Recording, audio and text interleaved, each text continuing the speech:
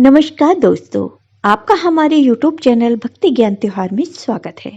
आज हम आपको पाप, पुण्य और भगवान जी की बहुत ही सुंदर कहानी सुनाने जा रहे हैं। एक सेठ बस से उतरे। उनके पास कुछ सामान था। उन्होंने आसपास नजर दौड़ाई तो उन्हें एक मजदूर दिखाई दिया। सेठ ने उसे बुलाकर कहा कि अमुक स्थान तक इस सामान को ले जाने के कितने पैसे लोगे। तब उस मजदूर ने कहा, सेठ जी, आपकी मर्जी हो वो दे देना, लेकिन मेरी शर्त है कि जब मैं सामान लेकर चलूं तो रास्ते में या तो तुम मेरी सुनना या आप सुनाना। सेठ ने मजबूरी में हाँ कर दी। सेठ का मकान लगभग 500 मीटर की दूरी पर था। मजदूर सामान उठाकर सेठ के साथ चल दिया और बोला, सेठ जी, आप कुछ सुनाओगे या मैं सुनाऊं? सेठ ने कह दिया कि तुम ही सुनाओ। मजदूर ने खुश होकर कहा, जो कुछ मैं बोलूं उसे ध्यान से सुनना। मजदूर पूरे रास्ते बोलता गया और दोनों मकान तक पहुंच गए। मजदूर ने बरामदे में सामान रख दिया।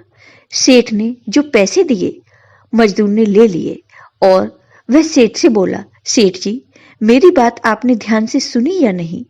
तब सेठ जी ने कहा, मैंने तुम्हारी बात नहीं सुनी, मुझे तो अपना काम निकालना था। मजदूर बोला, सेठ जी, आपने जीवन की बहुत बड़ी गलती कर दी। कल ठीक 7 बजे आपकी मौत होने वाली है। तब सेठ जी को गुस्सा आया और वो बोले, तेरी बकवास बहुत सुन ली, अब जा रहा है या तेरी पिटाई करूं? फिर मजदूर बोला, मारो या छोड़ो, कल शाम को आपकी मौत होनी है। अब भी मेरी बात ध्यान से सुन लो। अब सेठ थोड़े गंभीर हुए और बोले, सभी को मरना है।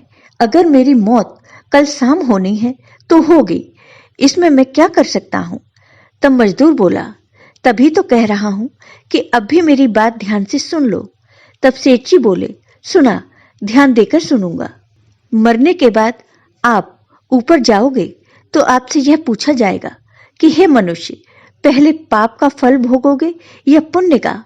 क्योंकि मनुष्य अपने जीवन में पाप पुण्य दोनों ही करता है। तब आप कहना कि पाप का फल भुगतने को तैयार हूं, लेकिन पुण्य का फल आंखों से देखना चाहता हूं। इतना कहकर मजदूर चला गया। दूसरे दिन ठीक 7 बजे सेठ जी की मौत हो गई।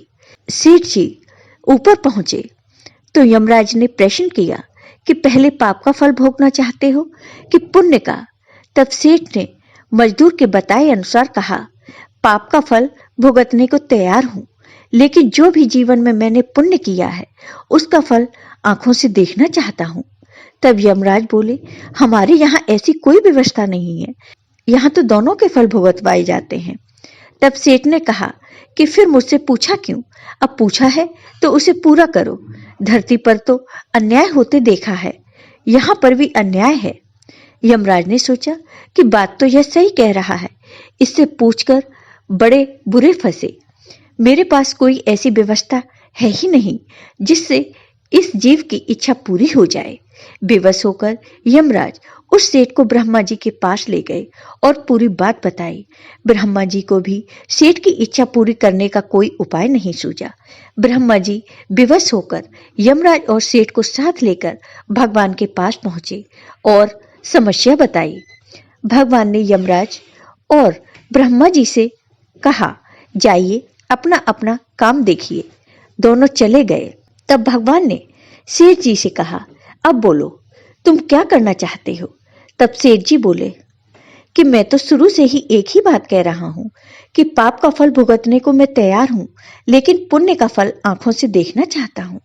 तब भगवान बोले, धन्य है वह तेरा सद्गुरु जिसने तेरे अंतिम समय में तेरा कल्याण कर दिया। अरे मूर्ख, उसके बताए उपाय के कारण ही तू आज मेरे सामने खड़ा है। अपनी आंखों से इससे और बड़ा पुण्य का फल क्या देखना चाहता है?